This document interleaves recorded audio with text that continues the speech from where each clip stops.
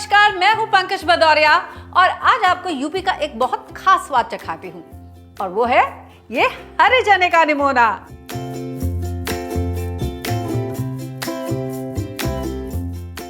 हम यूपी वालों के लिए ना ये निमोना एक इमोशन है। तो जब सर्दियां आती है ना तो हम इंतजार करते हैं हरी हरी मटर के आने का, ताकि उससे निमोना बना सके। लेकिन जब सर्दियां जाती हैं और मटर में वो स्वाद नहीं रह जाता ना, तब आ जाता है मार्केट में ये हरा चना, जिसे हम बूट चना भी कहते हैं। क्यों? देखिए, क्योंकि इसका पूरा का पूरा बूटा जो है उसे तोड़ के निकाल लिया जाता है और फिर इससे बनता है यूपी में निमोना। और यकीन मानिए, कोई भी दाल, कोई भी सब्जी, चाहे वो पनीर की क्यों ना हो, इस डिश का मुकाबला नहीं कर सकती है। ये है पंकज की गारंटी। तो इस निमोना को बनाने के लिए ना सबसे पहले तो हम इस हरे चने को पीस लेंगे, थोड़ा दरदरा और थोड़ा नहीं पीसेंगे। फिर इसका एक बहुत स्पेशल सा मसाला बनाएंगे। फिर उसके बाद आलू, मूंग दाल की वड़ी, इनको फ्राई कर लिया जाता है और फिर मसाले को भून के उसमें ये आलू और मूंग बड़ी के साथ निमोना पकाया जाता है। वैसे कभी आपने हरे चने का निमोना बनाया है? और अगर बनाया है तो उसमें आप मूंग बड़ी डालते हैं या फिर आलू डालते हैं? जल्दी से कमेंट करके मुझे बताइए, तो फिर हम शुरू करते हैं।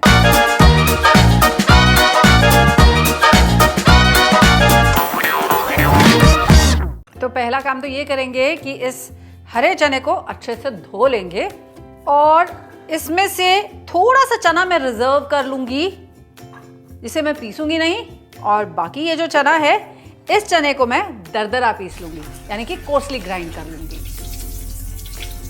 अच्छा, अब ये जो बूट चना है ना, इसमें मैं कोई पानी नहीं ऐड करूंगी, इसे सिर्फ ऐसे ही पीसूंगी। लेकिन इसको पीसते वक्त इसमें मैं एक और चीज़ अभी ऐड करूंगी, और जानते हैं वो क्या है? वो है थोड़ी हरी धनिया, जिसकी वजह से इसका जो कलर है थोड़ा और वाइब्रेंट हो जाएगा। तो ये हरी धनिया की जड़ें काट दूंगी मैं, और ये जो स्टेम्स हैं, इन स्टेम्स को साथ में लेके इसको भी पीसूंगी, क्योंकि इन स्टेम्स में बहुत सारा फ्लेवर होता है जो पकने के बाद निकल कर आता है।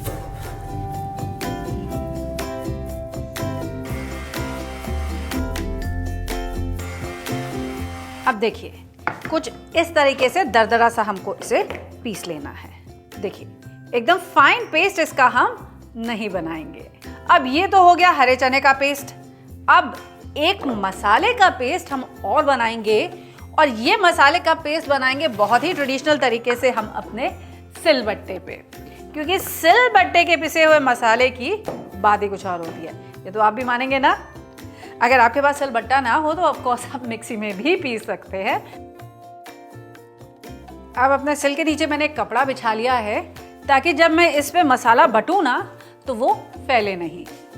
अब मसाले कौन कौन से लेने हैं, जल्दी से नोट कर लीजिए।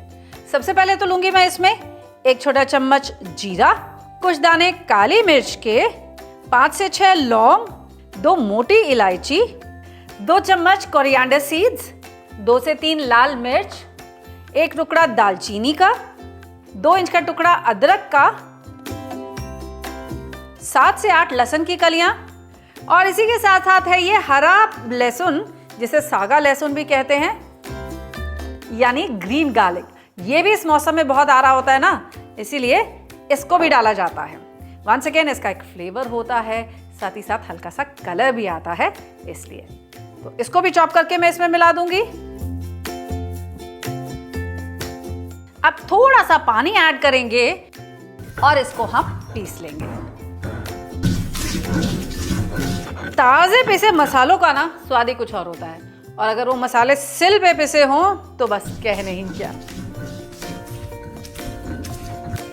तो थोड़ा थोड़ा करके हम इसमें पानी ऐड करते जाते हैं और फिर इसका एक अच्छा सा वेट पेस्ट बना लेंगे, जो कि काफी स्मूथ होना चाहिए। तो अब ये हमारा मसाला पेस्ट डन। पहले इसे निकाल लेते हैं। जैसे मैंने कहा, अगर आप सिलबट्टे पे नहीं पीस पाते या आपके पास सिलबट्टा नहीं है घर में, परेशानी की कोई बात नहीं है, आप इसे मिक्सी में भी पीस सकते हैं।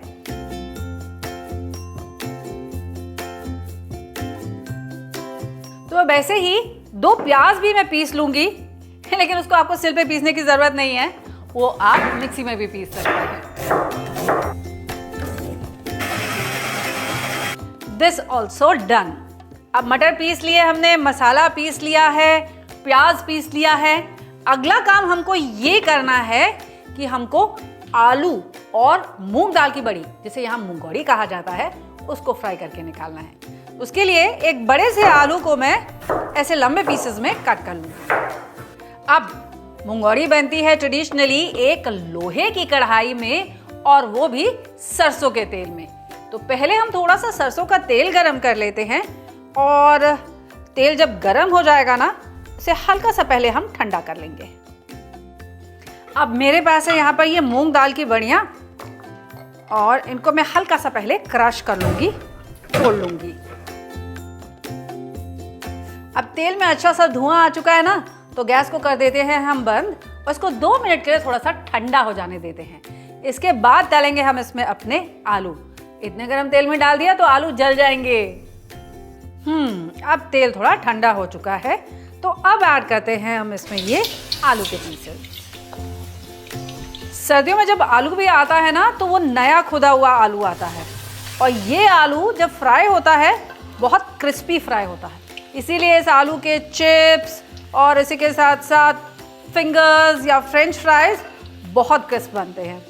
इसीलिए इसका भी अपना निमोना में एक अलग ही स्वाद होता है, क्योंकि ये निमोना के अंदर घुलता मिलता नहीं है, फर्म रहता है। अब थोड़ा ये ऑयल मैं कम कर लूँगी, और फिर उसके बाद इस ऑयल में ये जो हमारे पास बड़ियाँ हैं ना, मूंगौड़ी जिसे हम यूपी में कहते हैं, इसको भी फ्राई करके निकाल लूँगी। अब इस ऑयल में ऐड करूँगी मैं आधा छोटा चम्मच जीरा, 2 तेज पत्ता, 1 चुटकी हींग, और इसी के साथ साथ ये पिसा हुआ हरा चना भी। वैसे इस हरे चने से निमोना तो बनता ही है, आलू के साथ भी इसकी सब्जी बनती है, गोभी के साथ भी इसकी सब्जी बनती है, कबाब भी बनते हैं, और जानते हैं इसका हलवा तक बनता है।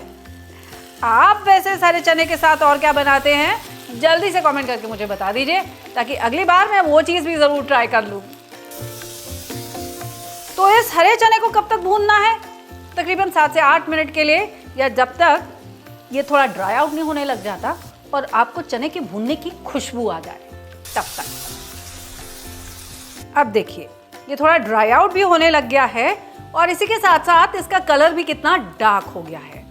जब इस स्टेज तक ये भून जाएगा, तब ऐड करेंगे हम पहले तो इसमें ये जो मसाला हमने पीस करके रखा था ना, ये मसाला, इस मसाले को भी भून लेंगे जब तक कि ये थोड़ा सा फ्रेग्रेंट नहीं हो जाता। अब 3 से 4 मिनट इसे भून लेने के बाद ना, ऐड कर दूंगी मैं इसमें वो प्याज का पेस्ट। कभी सोचा आपने, जब भी अक्सर हम सब्जी बनाते हैं, पहले हम प्याज को भूनते हैं और फिर ऐड करते हैं उसमें मसाले या फिर जो भी वेजिटेबल्स हमें बनानी होती है। लेकिन आज हमने पहले अपनी वेजिटेबल को भूना है, फिर उसके साथ मसालों को भूना है, और अब भून रहे हैं हम ये प्याज। अब इस प्याज को भी इसके साथ अच्छे से भून लेंगे, जब तक कि प्याज भी थोड़ा ब्राउन नहीं हो जाता। तो कम से कम 7 से 8 मिनट के लिए हमें इसे अच्छे से भून लेना होगा। अब बढ़िया खुशबू आने लग गई है, सारे मसालों के भूनने की और प्याज के भूनने की भी। तो एट दिस स्टेज आप नोटिस करेंगे मसाले ने तेल भी छोड़ दिया है, और ये देखिए मसाले का जो कलर है वो भी वापस से डार्क हो गया है। एट दिस स्टेज ऐड करेंगे हम इसमें 2 कप पानी, इसे मिक्स कर देंगे, और अब इसमें ऐड करेंगे ये फ्राई किया हुआ आलू, इसी के साथ साथ ये फ्राई की हुई बड़ी भी, और वो जो चना हमने बचा करके रखा हुआ है ना, वो चना भी। अब इसी के साथ ऐड करेंगे इसमें हम सॉल्ट टू टेस्ट, थोड़ा रेड चिली पाउडर। वैसे हमने लाल मिर्च पहले तो ऐड करी हुई है वो वेट पेस्ट में, लेकिन ये इसे थोड़ा सा कलर देगी इसलिए। Once this comes to a boil, इसकी आंच को हम कर देंगे धीमा, और इसे कम से कम 7 से 8 मिनट तक पक जाने देंगे, या तब तक जब तक जो हमारी मूंगौड़ी है ना, वो मूंगौड़ी अच्छे से गल नहीं जाती और तेल इसके ऊपर फिर से तैरने नहीं लग जाता। थोड़ा टेस्ट कर लिया जाए, सॉल्ट एडजस्ट कर लिया जाए, आप पूछेंगे पंकज जी इसमें हमने ना टमाटर डाला ना दही डाली, क्या इसमें कोई खटाई नहीं पड़ती है क्या? नहीं, इसमें कोई खटाई नहीं पड़ती है। यूपी का वो जो ट्रेडिशनल वाला एक टिपिकल वाला हरे चने का निमोना होता है ना, उसमें गरम मसालों की एक बहुत अच्छी सी खुशबू होती है, फ्लेवर होता है, काफ़ी तीखापन होता है, लेकिन खटास बिल्कुल नहीं होती है। हाँ, आजकल लोग इसमें टमाटो ज़रूर ऐड करने लग गए हैं। आप भी चाहे तो ऐड कर सकते हैं, लेकिन मैं बिल्कुल नहीं करती। अब ये देखिए, वापस से इसके ऊपर तेल तैरने लग गया है ना, यानी कि हमारा निमोना हो गया है रेडी। अब गैस को कर देंगे बंद और इसके ऊपर ऐड करेंगे पहले तो थोड़ी बारीक कटी हुई हरी धनिया। लेकिन कहानी यहाँ खत्म नहीं होती है मेरे दोस्त, अभी हमें इसमें एक और काम करना है, और वो ये कि देसी घी को खूब गरम कड़कड़ा करके ना इसके ऊपर पोर करके हम ढक करके छोड़ देंगे, ताकि घी का भी एक अच्छा सा इसमें फ्लेवर आ जाए। आह, क्या खुशबू है। अब चाहे तो रोटी के साथ या फिर चावल के साथ, जैसे मैं इसे एंजॉय करने जा रही हूँ, आप लीजिएगा इसका मज़ा और मुझे ज़रूर बताइएगा कि ये हरे चने का निमोना आपको कैसा लगा।